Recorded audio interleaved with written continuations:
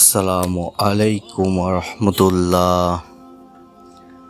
রমজান মাস মুসলমানদের জন্য রহমত, মাগফিরাত ও নাজাতের মাস।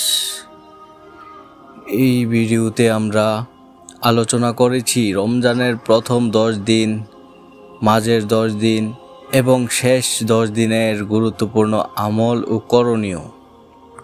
প্রথম 10 দিন রহমত, মাঝের 10 দিন মাগফিরাত, শেষ 10 দিন নাজাত ও শবে কদর।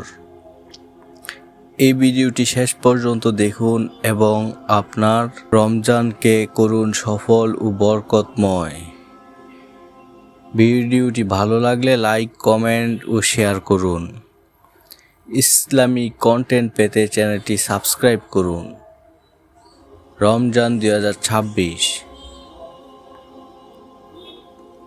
হয়তো এই রমজানই হতে পারে আমাদের জীবনের শেষ রমজান। আমরা জানি না সামনে আরেকটা রমজান পাবো কিনা। তাই আজকে আমি আপনাকে দিচ্ছি 30 দিনের একটি প্ল্যান। রমজানের প্রথম 10 দিন রহমতের। এই সময় আল্লাহর কাছে বেশি বেশি চান। মাঝের 10 দিন ক্ষমা পাওয়ার সময়। আপনি যত গুনাহ করেছেন আজই ক্ষমা চান। এবং শেষের 10 দিন, এটাই আপনার ভাগ্য বদলের সময়। একটি রাত শবে কদর 1000 মাসের চেয়েও উত্তম।